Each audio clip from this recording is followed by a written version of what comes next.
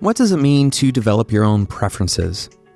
Well, this is a question that's not only relevant to us as developers, but also to the people that we create software for, because they have preferences. And the things that we create, well, they might actually change those people's lives in some way.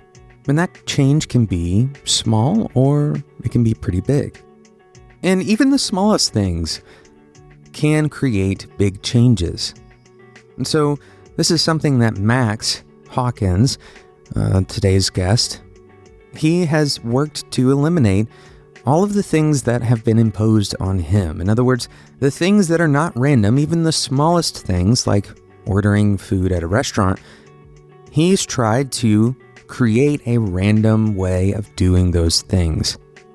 Now, why does Max choose to do this? That's what we're talking about in today's episode, and we started talking about it in the previous episode of Developer Tea. This is part 2 of my interview with Max. If you haven't listened to part 1, I encourage you to go back and listen to that before you listen to part 2. Again, you are listening to Developer Tea. My name is Jonathan Cottrell, and my goal on the show is to help driven developers connect to their career purpose so they can do better work and have a positive influence on the people around them. So Max is doing this for himself. He's connecting to a purpose. He's actually taking this purpose and crafting his own things, using the same ideologies that he's applied to himself. He's applying those to products that he creates as a freelancer. So we're going to talk about some of that stuff in today's episode as well. Now let's jump into the interview with Max Hawkins. At a personal level for you, obviously you've found a way to configure this and put the right boundaries or the correct parameters into the system such that it is uniform, but it's also practical. And I feel like, have you ever felt like you were living kind of a second identity, or that you kind of departed the old Max at some point while you were bubble hopping? Because it seems like seems to me that if I were to go kind of hardcore bubble hopping, Max style, that I would feel like I was kind of on a vacation from my, kind of my normal life, or that I'm kind of voyeuristically living in someone else's shoes, seeing life through their eyes. So does it ever feel like that piece of identity that was Max, is that changing, or do you feel like you've left it behind and you've adopted a new kind of personality, vision, identity?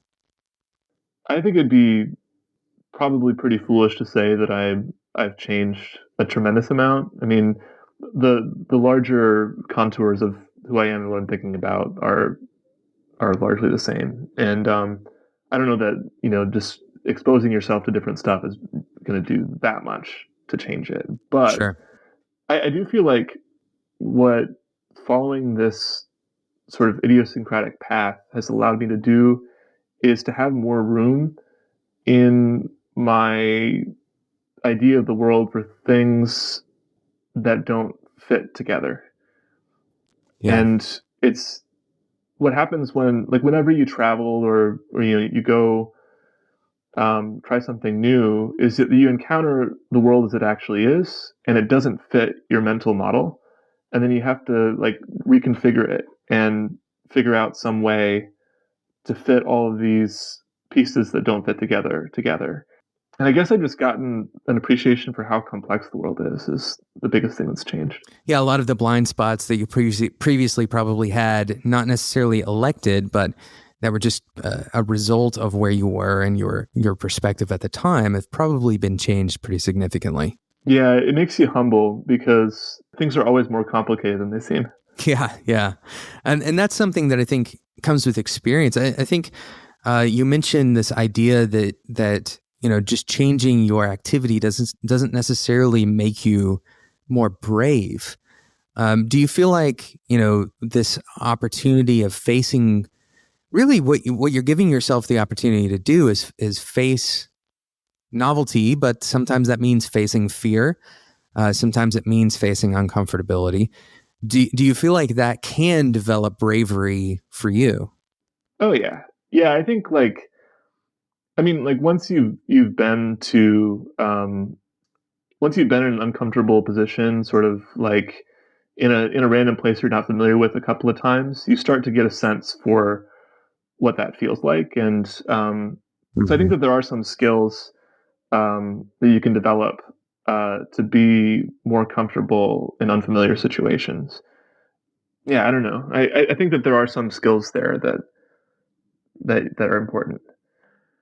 Yeah, because it kind of takes the fear out of that unknown strangeness that you, and I think truly fear is probably the driver why a lot of people who are listening to this right now, myself included, uh, we do follow a very similar path. Um, it, partially because we haven't been presented a what we think to be better path, but also because fear of changing is dangerous. Our kind of instincts tell us to maintain homeostasis and to continue doing you know, I lived through yesterday, so whatever I did was right. And so I shouldn't, you know, veer far away from that. That's what my instinct tells me. So change is something that we're very uncomfortable with. But I think that, as you're saying, you know, once you make change or novelty the norm, that you develop bravery not in a like a heroic sense necessarily, but more in an experiential sense. I think I've gotten appreciation for even when you do make changes in your life, just how much the societal impulse towards making things normal pushes everything back into line.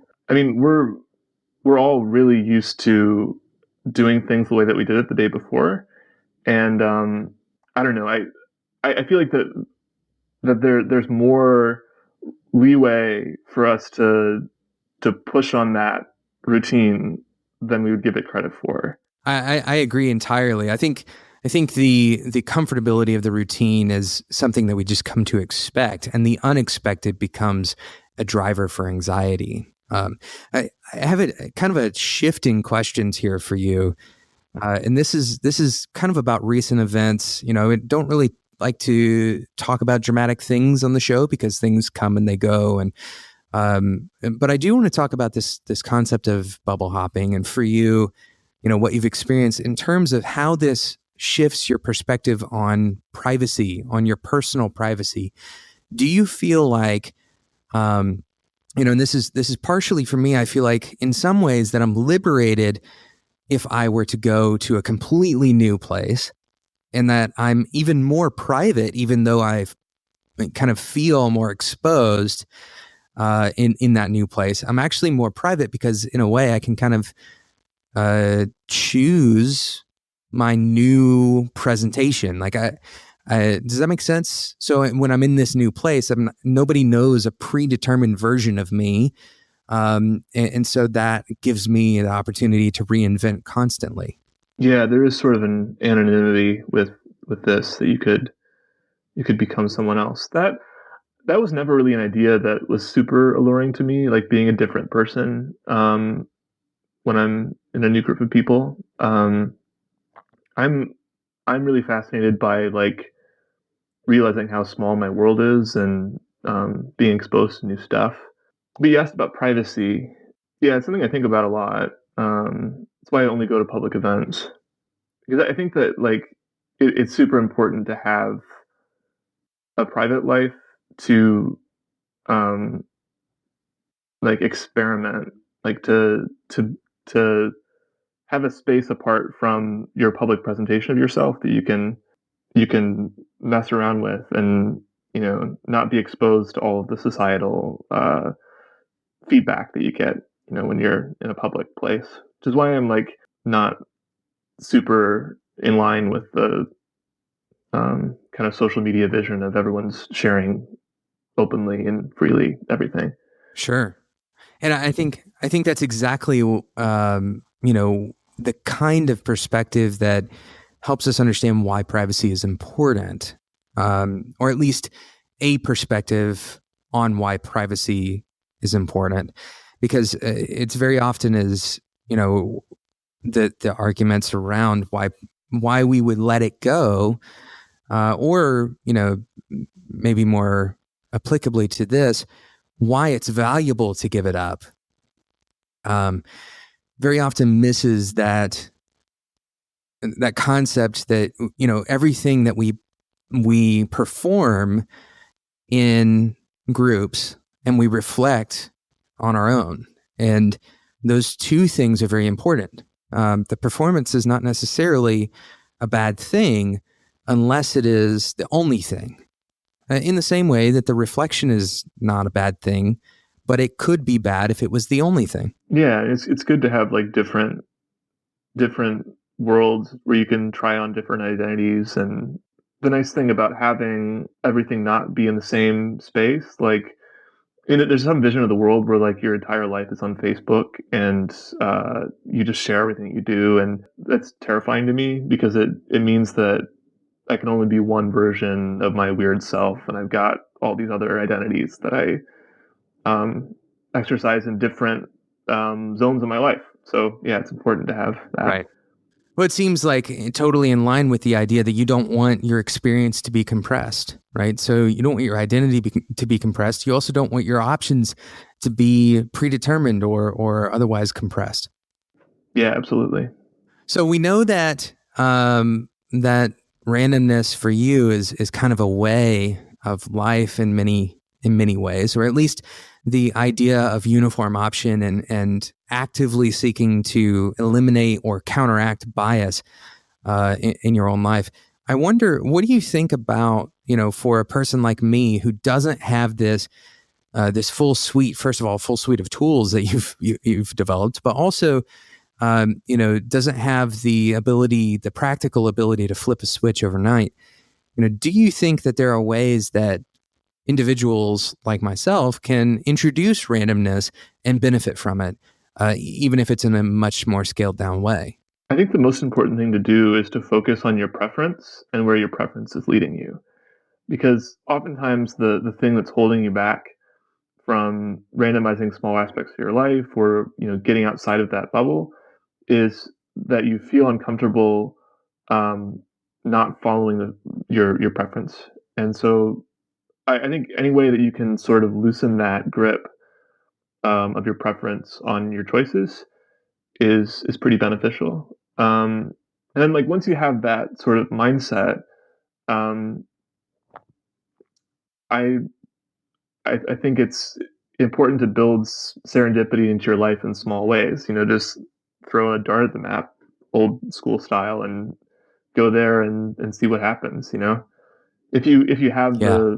the time for that, and if you don't have the time for that, then like within your work or within wherever you spend your day, like look for opportunities to do things slightly differently. Yeah, I think I was thinking about another very simple thing. I shop for my groceries online very often, and I know how to use the console. And so what I may do is open up the full list of all the available groceries and have it randomly choose 5 things and see what happens. Right, like see what comes to my house as a result of that kind of randomized selection and throw in the cart kind of thing.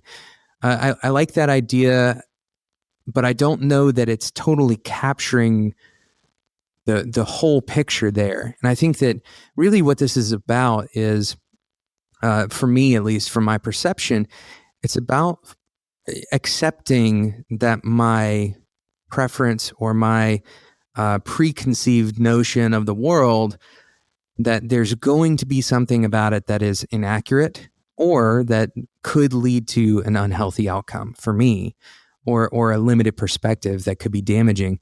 And so finding ways to break it, right? Just thinking through about chaos, ways to do things to myself that require me to face the novelty. Yeah, I'm a big believer in sort of daily experimentation with different aspects of your life, and just putting up different kind of arbitrary barriers to see how that affects the way that you do things. Because often constraints are the things that provoke creativity.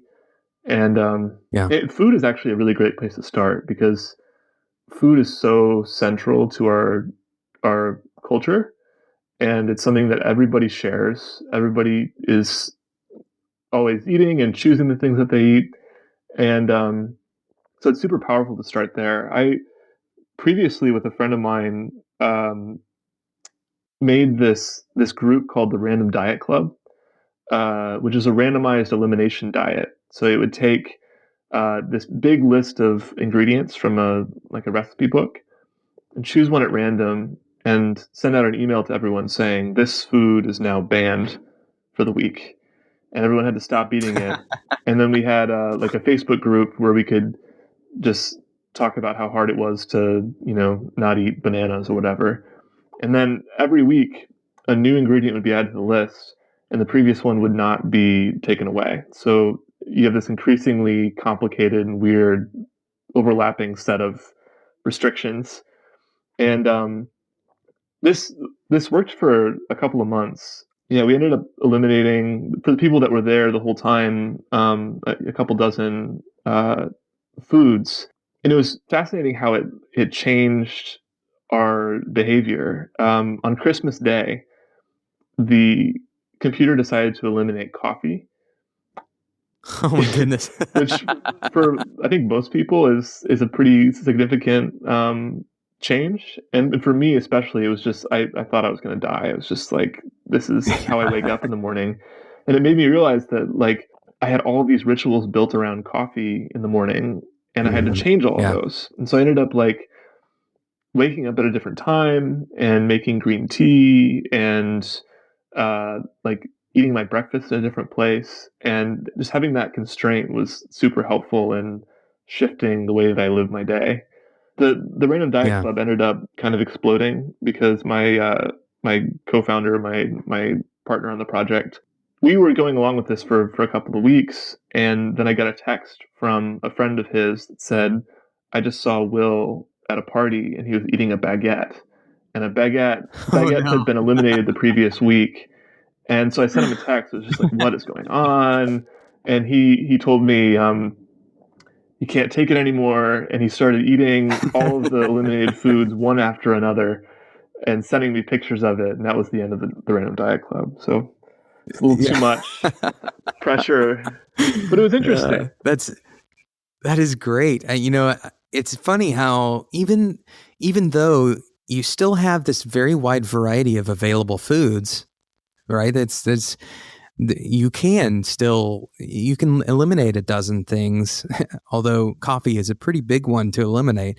That's a whole food group for some people.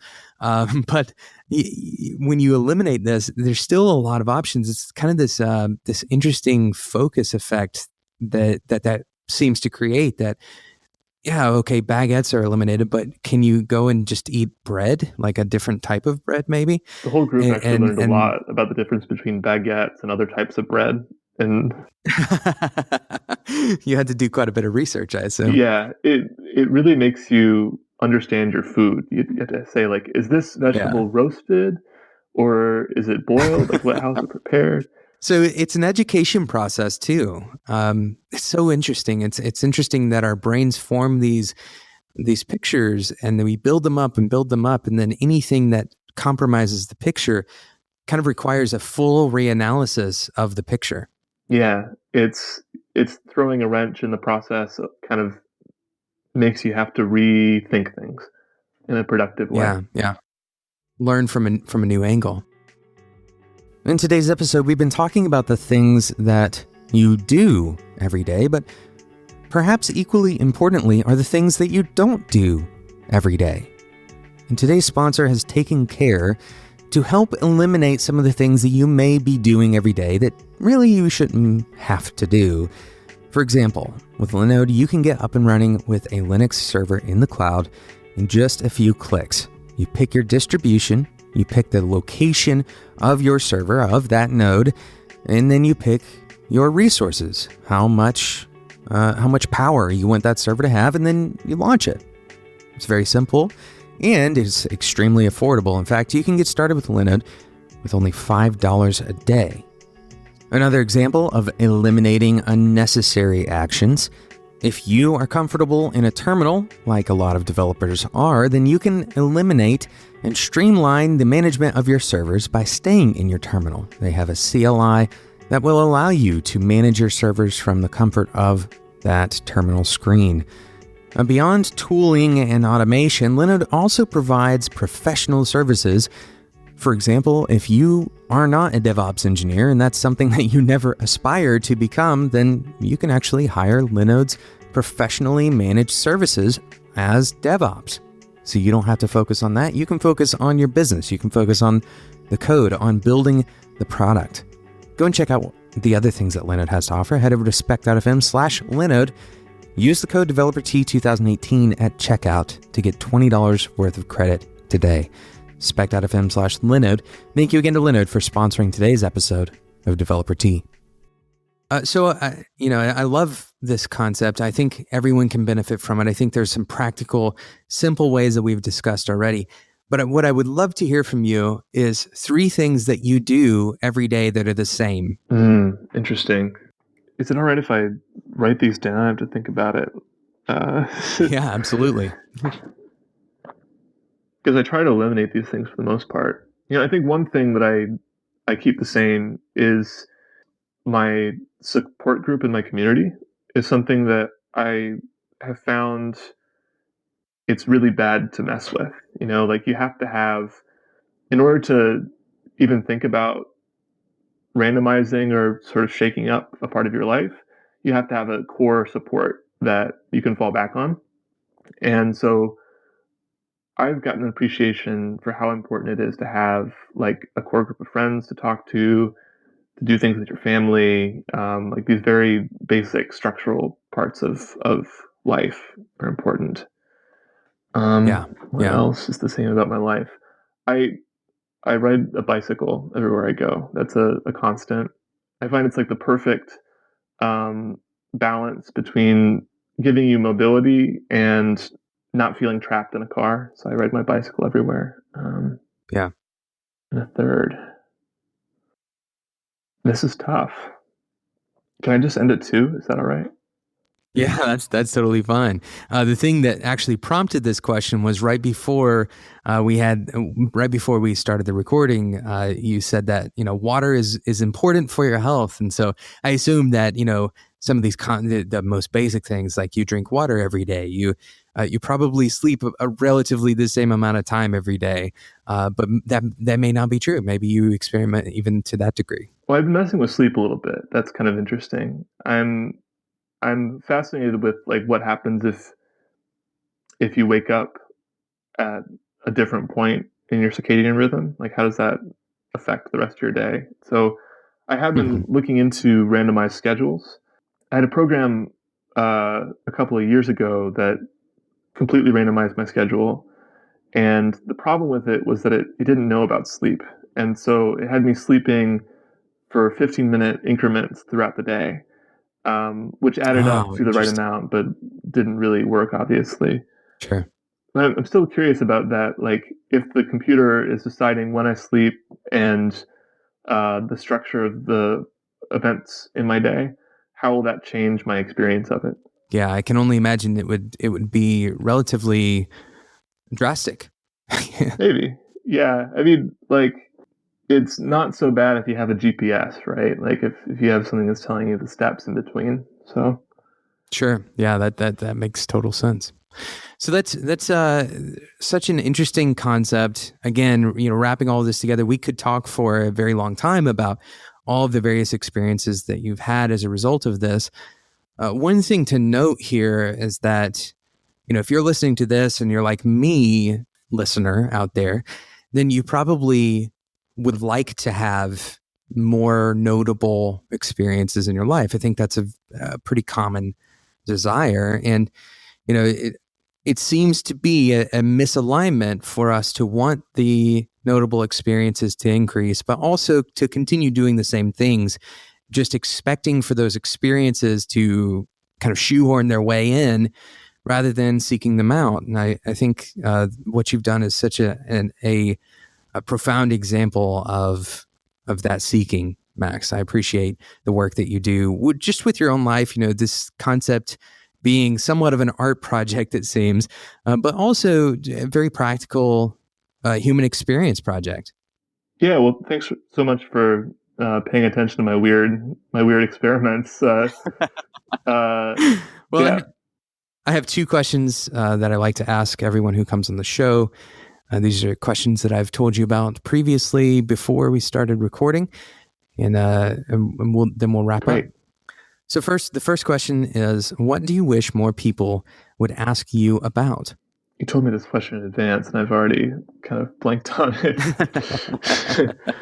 um, I think what I wish more people would ask me about is the the more complicated aspects of this project.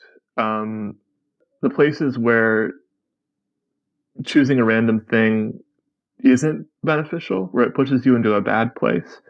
I think there's a tendency when encountering a new idea just to say like, "Oh, this is a new, um, exciting way of doing things." But I'm curious about both the good and the bad of this new idea, and I wish I had more people I could talk with about just the complexities of handing over control to a computer, because I think it's a future that we're heading towards in a lot of ways with the way that technology is Mm-hmm. moving.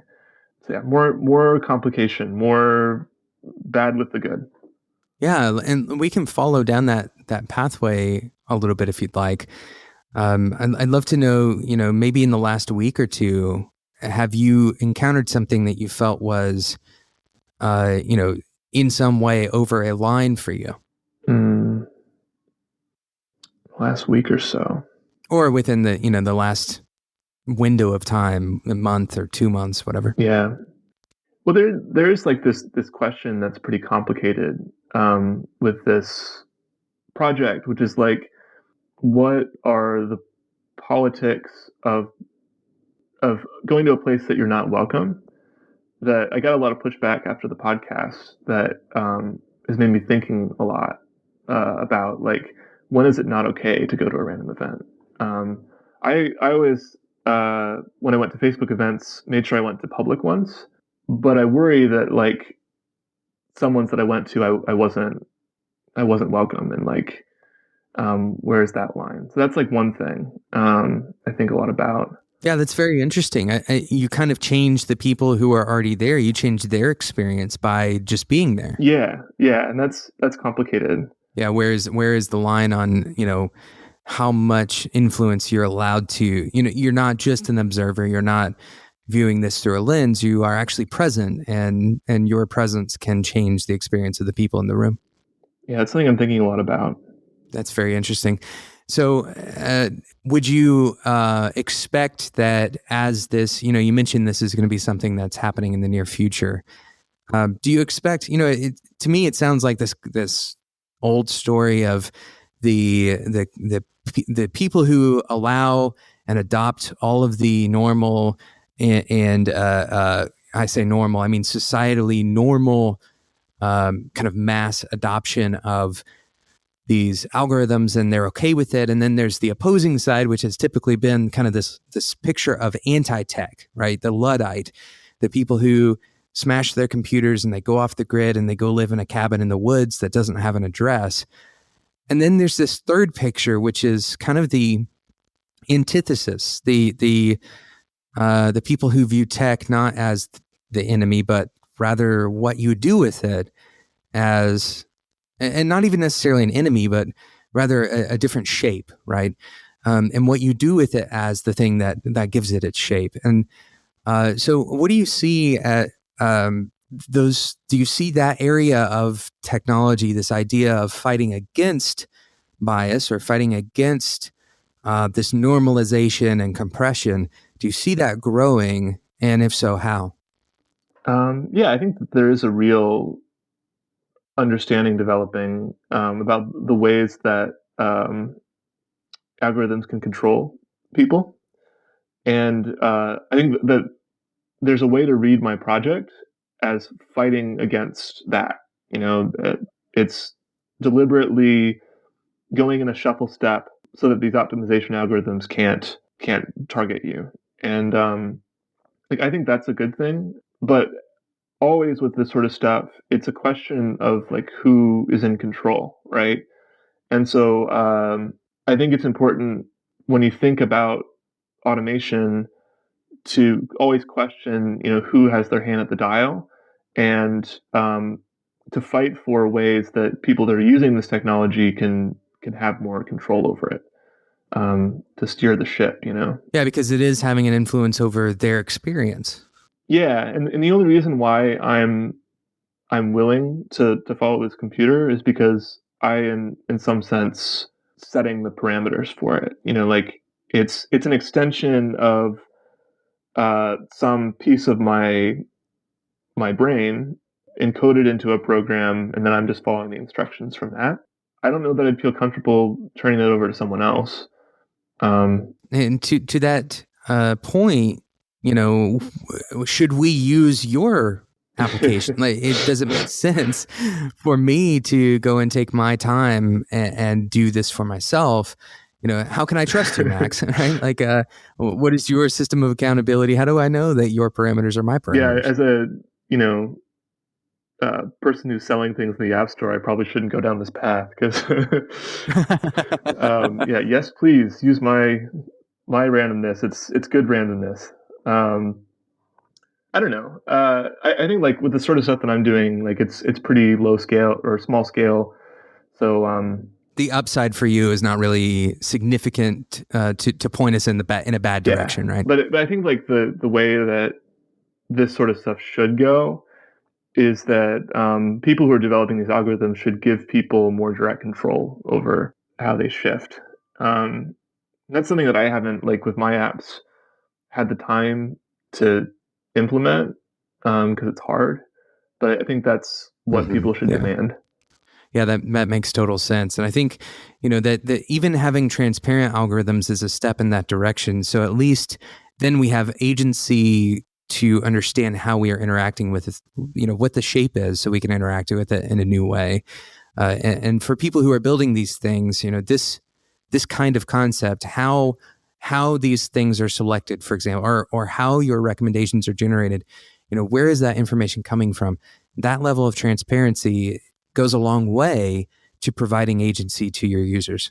Yeah, and I think it's important to have conversations like this when we're entering an age where these algorithms, it seems, are going to be, controlling a lot more aspects of our life. Yeah. It's important to think through this stuff, and that's maybe one reason why it's important, I think, to experiment with letting these things run your life every once in a while in a small way. Just to see how different, or what the kind of the delta is between those, right?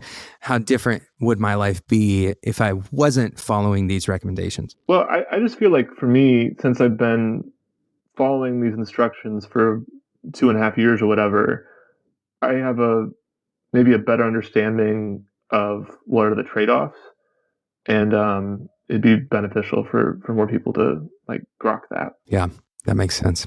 Well, excellent. That is the first question of the two, and then the next one is a little bit more straightforward.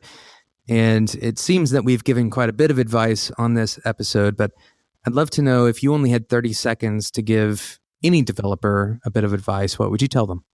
I would tell them to be less theoretical and more practical in the things that they think about. So instead of like thinking in an abstract sense about a philosophy or something abstract, actually implement it in your life and see how it feels. Because I think there's a lot of power in taking ideas and living them out day to day. It sort of gives you a sense of how it affects you and how it will affect other people. And I think that's a good teacher, is to live out ideas in your day to day routine.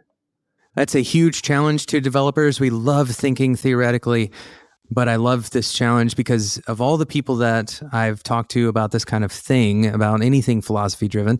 Max, you may be one of the most theoretical people that I know, and simultaneously one of the most practical implementing people that I know as well. Yeah, get out there in the real world. I think that developers are too often, just in front of their computer and don't um, get a sense for how the things that they build are actually affecting uh, the world Yeah. around them. Yeah, that's excellent advice. Max, thank you so much for taking the time to be on the show with me, and for sharing your experience. And for urging, also for being so humble about it and not trying to, lord it over everyone else, but just to sharing your experience and allowing other people to come and be a part of that world. Yeah, thank you so much, Jonathan, for the invitation and the conversation. It's been really great to chat about this stuff. All right, so last question for you. Where can people find applications that you've built that can help them start looking at this kind of thing for their life? The best place to go is my personal website. It's maxhawkins.me, maxhawkins.me. And all of my work is there. I have a couple apps over there, and you'll find them in the projects section. Excellent. Thank you again, Max. Thanks. Thank you again for listening to today's episode of Developer Tea, and I assume that you listened to both parts of the interview with Max Hawkins. If you haven't listened to the first part, then maybe you should go back and listen to that first part. You might have been a little bit confused in part 2 without some of that context, and I encourage you to listen to his interview on Invisibilia as well. Thank you so much for listening. Thank you again to Linode for sponsoring both episodes, actually, of this interview. Linode provides industry-leading options for Linux in the cloud. Go and check it out, spec.fm/Linode. They're giving you $20 worth of credit just for being a Developer Tea listener. Use the code DeveloperT2018 at checkout. If you're new to Developer Tea, then you might notice that we have a lot of episodes, and that's because we release 3 episodes per week. Now, it's easy to get behind, and I know that sinking gut feeling that you feel like you've kind of jumped off the bandwagon if you've missed a lot of episodes, but the good thing about Developer Tea is that missing an episode is okay, because we're always releasing new ones. So I encourage you to subscribe in whatever podcasting app you use if you don't want to miss out. And even if you have missed out, go ahead and subscribe so that you can get alerts whenever these episodes come out. Thank you so much for listening to today's episode, and until next time, enjoy your tea.